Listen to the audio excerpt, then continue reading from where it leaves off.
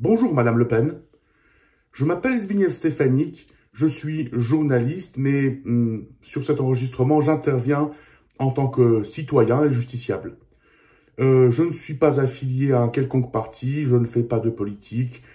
Comme je le disais, j'analyse, je relate, je commente l'actualité, que ce soit l'actualité française, européenne, pour les médias de plusieurs pays.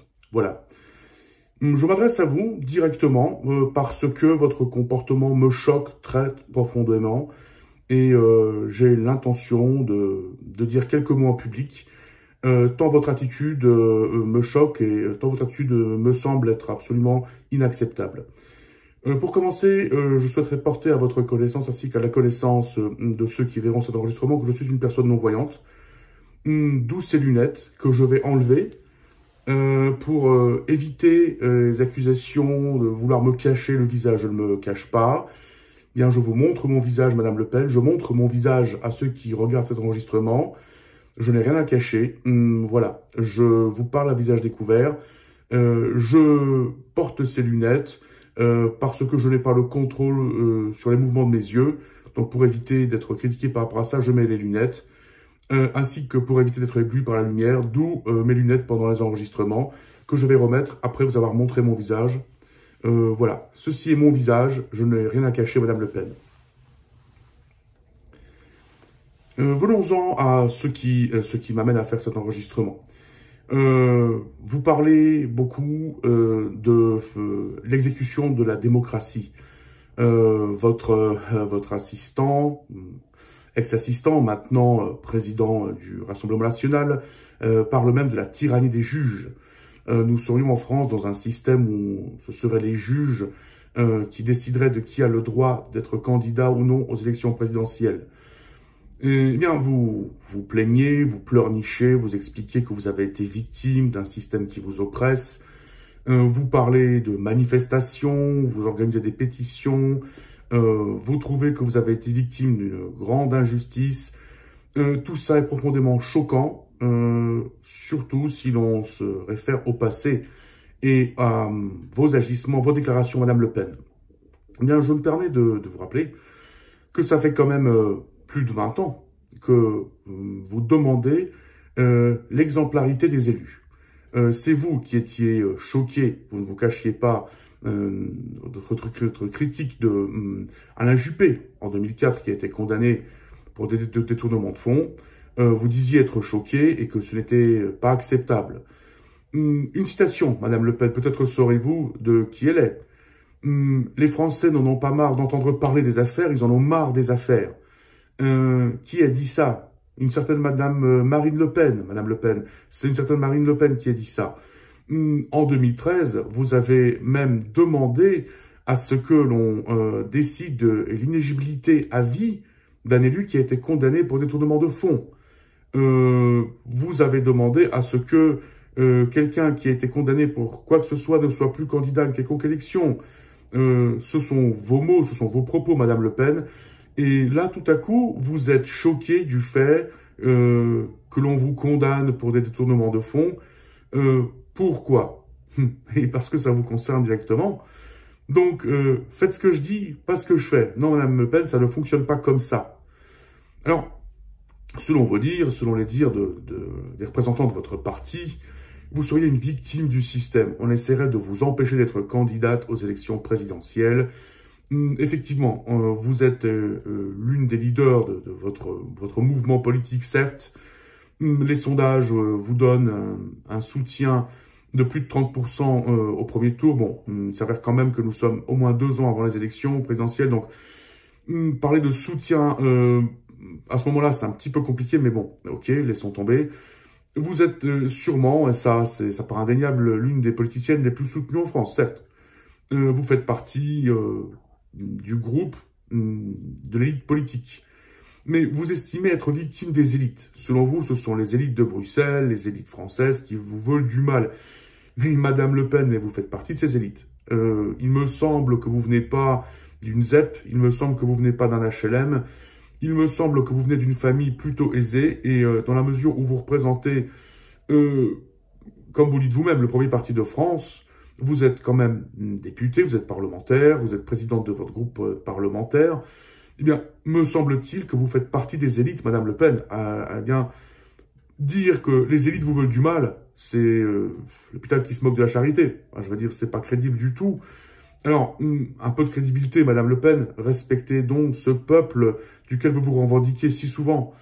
Est-ce que je vous avoue que quand je vous entends parler, moi, de complot, du fait que vous avez été victime d'un système, je me sens insulté. Pourquoi? Parce que vous avez été accusé et déclaré coupable de quoi, Madame Le Pen? De détournement de fonds. Détournement de fonds publics.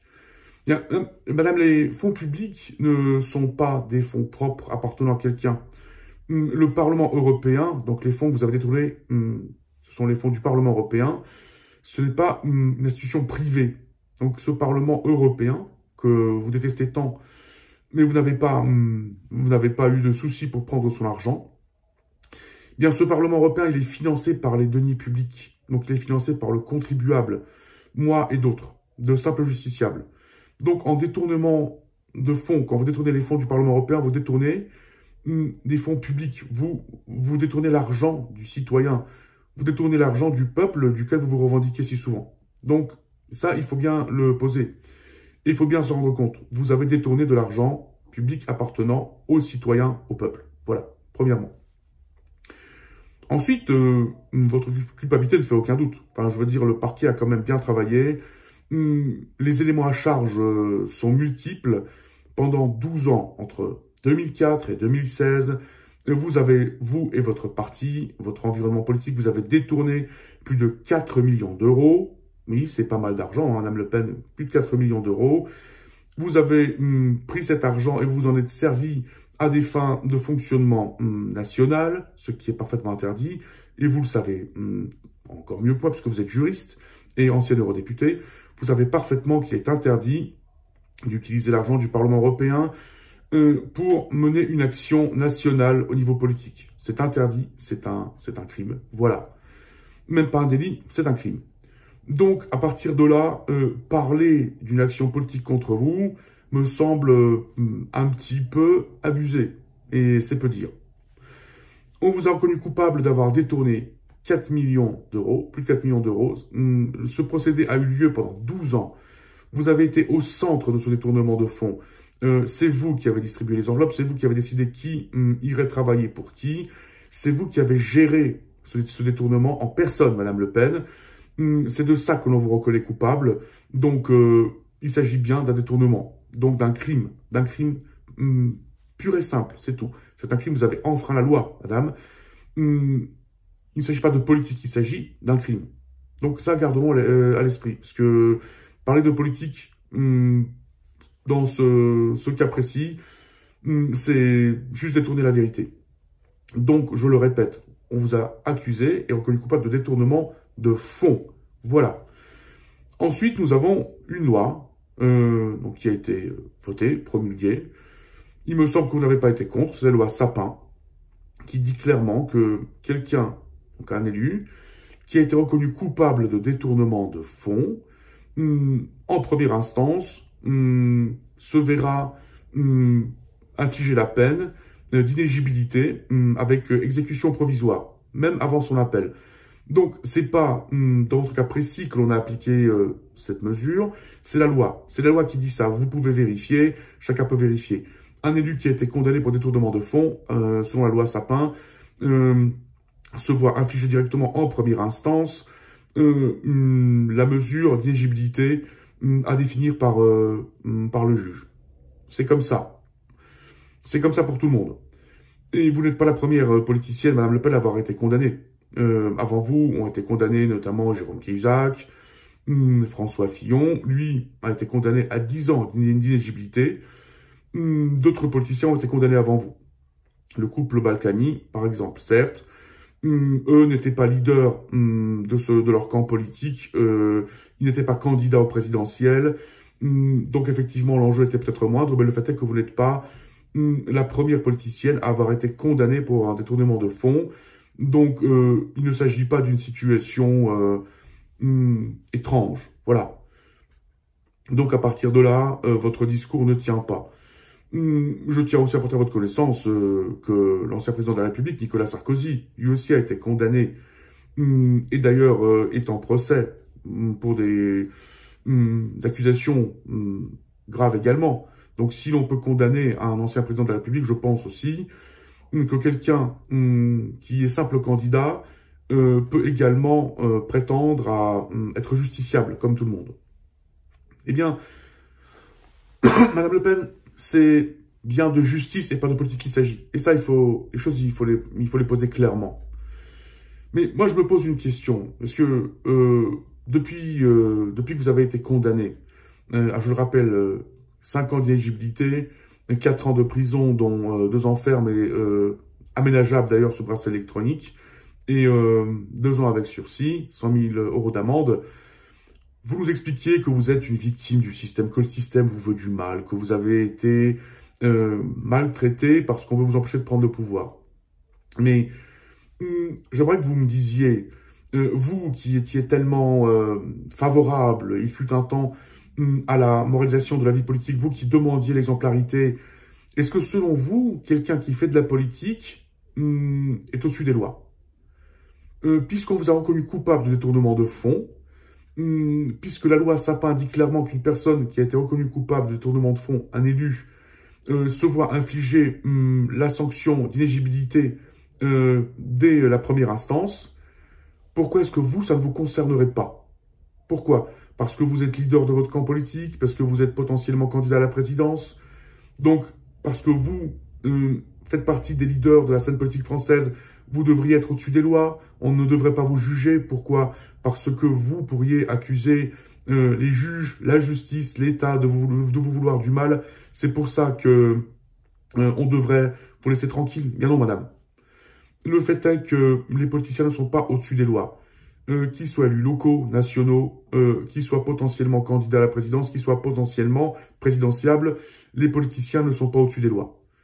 Et vous avez à subir les conséquences, à assumer les conséquences, madame, de vos agissements.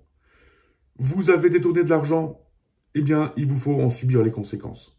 C'est aussi simple que ça, madame. Et il n'y a aucune raison de parler de politique. Vous avez commis un crime. Vous avez détourné de l'argent. Vous avez été au centre de ce détournement. Vous l'avez organisé. Voilà, on vous a pris les 2 mains dans le sac. Vous avez été mis en examen. Vous êtes passé en jugement. Vous avez été reconnu coupable. Voilà, c'est tout.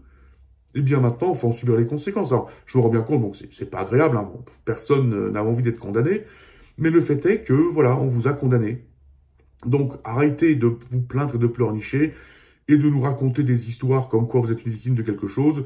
Eh bien, si vous ne voulez pas être condamné, eh bien, il fallait simplement rester dans la légalité et dans la droiture et l'honnêteté.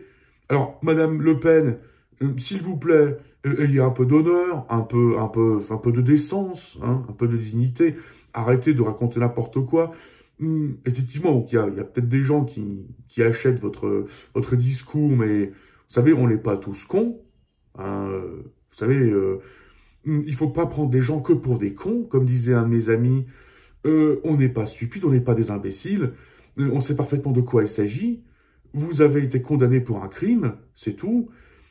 Personne n'a fabriqué ses preuves. Il y a des témoins, il y a des preuves à charge. Vous n'avez été victime de rien du tout. C'est nous qui avons été victimes de votre crime, madame. C'est nous, les citoyens, qui avons été victimes de votre détournement d'argent. C'est nous que vous avez volé. Alors si quelqu'un aujourd'hui a le droit de dire « on se sent volé, on se sent arnaqué », eh bien c'est nous. Parce qu'on a un politicien qui nous raconte depuis 25 ans qu'il est pour la moralisation de la vie publique. On a un politicien qui veut moraliser tout le monde. On a un politicien qui dit « tous des voleurs, sauf moi ».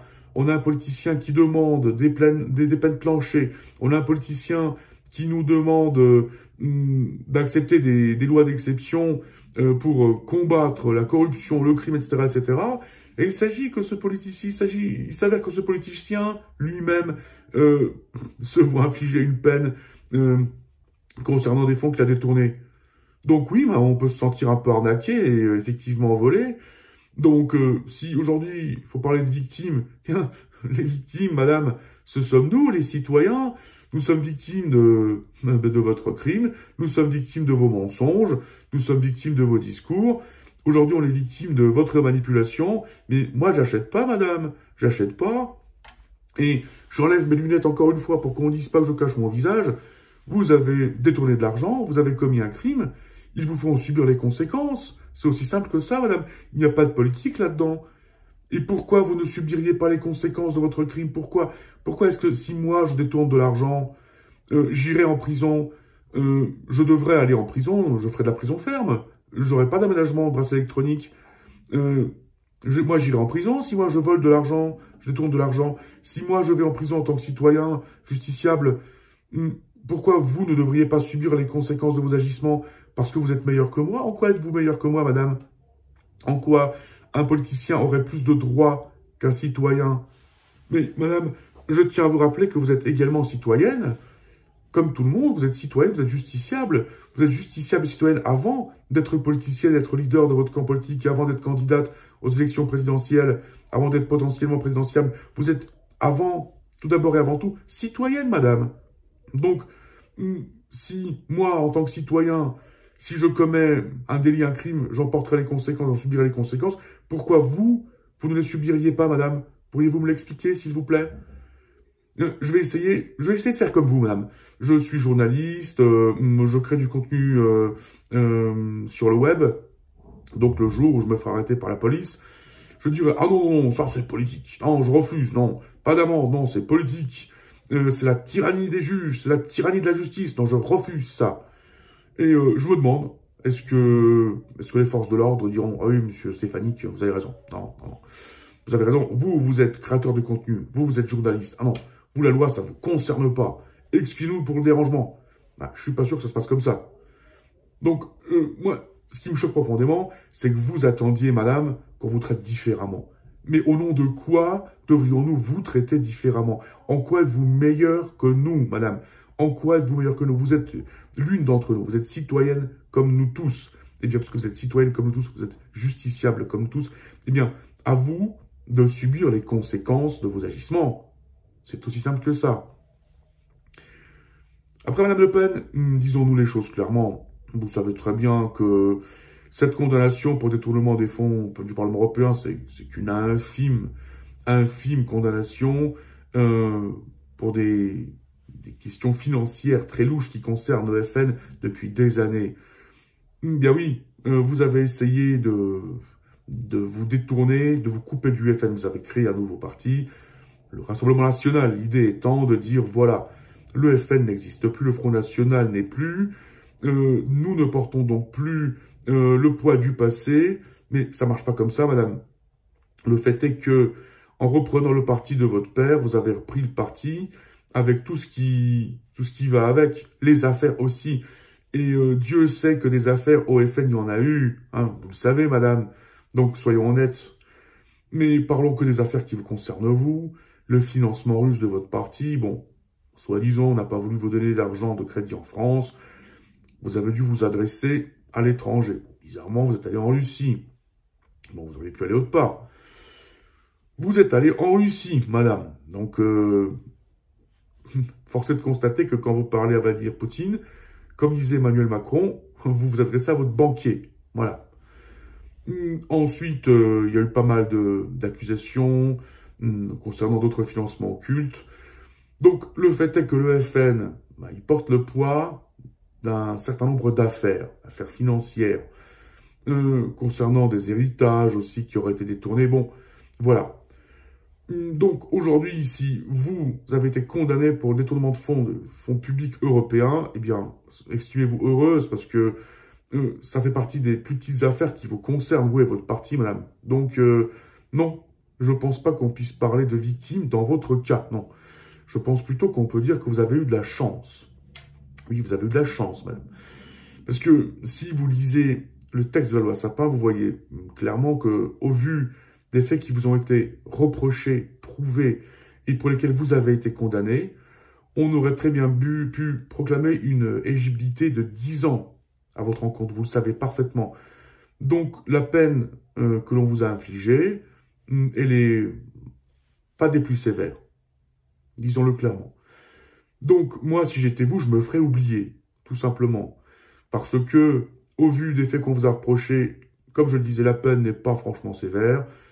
Ensuite, les fonds européens et cette affaire des assistants d'eurodéputés, ça fait partie des plus petites affaires qui vous concernent, vous et votre parti. Donc moi, franchement, si j'étais vous, j'en resterais là. Je pense que ce serait mieux pour vous et votre parti.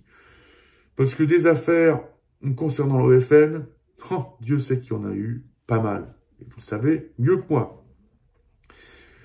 Madame, vous voulez être candidate à la présidence de France. Bon, vous savez, moi, tout ce que je dis, c'est que quelqu'un qui est candidat à la présidence de France, d'ailleurs, vous l'avez dit vous-même, devrait être exemplaire. Et je crois que l'exemplarité n'est pas votre point fort, madame. Donc, je pense qu'aujourd'hui, on peut dire clairement que vous ne présentez pas les qualifications pour être candidate à ce poste. Le poste le plus important en France, quand même. Ensuite, bon, moi, je constate quand même qui vous témoigne sa sympathie. Bon. Vladimir Poutine et son chargé de presse Dmitri Peskov. Aussi des incompris, des gens à qui on l'a fait du mal. Bon, ce qu'il voulait finalement Poutine, pas grand-chose. Il voulait que l'Ukraine, pour construire la Grande Russie. Et on a commencé à l'embêter, à l'insulter. Bon, voilà. Encore un autre qu'on n'a pas compris, à qui on a fait du mal. Bon, qui vous témoigne ensuite de la sympathie? Donald Trump, dont l'exemplarité, l'honneur, la droiture ne font aucun doute. Donald Trump, l'homme le plus honnête de la planète, lui aussi a été victime d'un système qui lui a fait du mal, qui l'a accusé de manière infondée, injustement, de toutes sortes de choses, voilà. Ensuite, Matteo Salvini, encore un homme honnête. Lui qui n'a jamais eu de souci avec la justice, bon, qu'est-ce qu'il a fait? Il a juste essayé d'attendre qu'un certain nombre de réfugiés meurent en mer Méditerranée, leur refuser de laisser accoster. Bon, après, on va pas, voilà, ça va bien le chance, cette petite chose-là, évidemment. Voilà. Matteo Salvini, quel homme bien. Victor Orban, lui, c'est un vrai gentleman, un vrai démocrate. Aussi une victime. Alors oui, Orban, c'est un incompris de l'Europe. L'Europe lui veut du mal. Comme à vous. Bon, Bruxelles lui veut du mal. Voilà. Bon, moi, quand je constate qui vous témoigne de la sympathie, je me dis, madame, qu'il n'y a pas de quoi être fier. Je pense qu'il n'y a pas de quoi être fier. Bon, on vit dans une époque troublée. On vit dans un monde qui est en train de muter. Et on a besoin de leaders qui soient à la hauteur de la tâche. Et moi, je constate, madame, que malheureusement, vous n'êtes pas à la hauteur du poste que vous essayez de briguer. Non, madame, vous n'êtes pas à la hauteur de la présidence de France. Et je vous dis pas ça parce que je suis quelqu'un qui a des a priori vis-à-vis du RN. Je suis pas votre électeur, certes, mais moi, je constate, madame, que vous avez quand même sur vos épaules le poids du FN, que le Rassemblement national, ça reste le FN et la campagne des parlementaires, l'année dernière, elle a bien démontré. Le racisme dans votre parti, c'est un pilier dont vous n'arrivez pas à vous défaire. Et en fait, le FN est bâti sur deux piliers. Alors, il y a le racisme et les affaires. Et ça, c'est une chose que vous n'arriverez pas à faire oublier aux gens. Ensuite, effectivement, compte tenu de vos créanciers, de vos banquiers, de vos contacts, de vos réseaux, moi, je me dis que pour représenter les intérêts de la France, il y a peut-être personne plus crédible. Voilà. Quand quelqu'un est condamné pour plus de 4 millions d'euros de détournement de fonds, comment dire, je pense que sa place n'est pas forcément à l'Élysée. Je dirais que sa place est plutôt dans un endroit un peu différent que le palais de l'Élysée. Bon, voilà. On a décidé que vous allez porter un bracelet électronique. Je pense que vous auriez dû faire de la prison ferme. Je ne vois pas pourquoi est-ce qu'on vous aménage cette peine. Maintenant, c'est pas moi d'en décider. Voilà. Donc, non, madame. Vous n'êtes pas une victime. Vous êtes une criminelle. Voilà. Et je le dis en enlevant mes lunettes, parce qu'on va encore m'accuser de cacher mon visage. Eh bien, je vous le dis, madame. Vous n'êtes pas une victime. Vous êtes une criminelle. Vous êtes une criminelle. Ça a été reconnu par un jugement de justice. Vous êtes une criminelle aujourd'hui et vous n'avez pas clairement les prédispositions pour être présidente de France. Clairement. Parce que quelqu'un qui a été condamné ne devra même pas être candidat. C'est vous qui l'avez dit, je ne l'ai pas inventé, madame, quand même. C'est vous qui disiez, les gens de votre parti disaient, ceux qui sont condamnés, pas moyen qu'ils soient candidats. Aujourd'hui, vous avez été condamné, madame, donc vous êtes une criminelle. Point barre, c'est aussi simple que ça. Ensuite, il n'est pas question d'être victime de quelque chose. On vous a chopé les deux mains dans le sac, même pas la main, on vous a chopé les deux mains dans le sac, madame, eh bien voilà, bah maintenant vous assumez, c'est comme ça. Désolé, je sais que c'est pas agréable, hein, c'est pas cool, c'est sûr. Bon, le fait est que les faits ont été prouvés, donc maintenant vous assumez, tout simplement. Mais arrêtez de manipuler l'opinion publique. Franchement, ayez un peu de décence, un peu d'honneur, un peu de dignité. Arrêtez de raconter n'importe quoi. Parce que le fait est qu'il n'est pas question de politique. C'est pas la politique ici, on ne parle pas de politique. On parle de justice.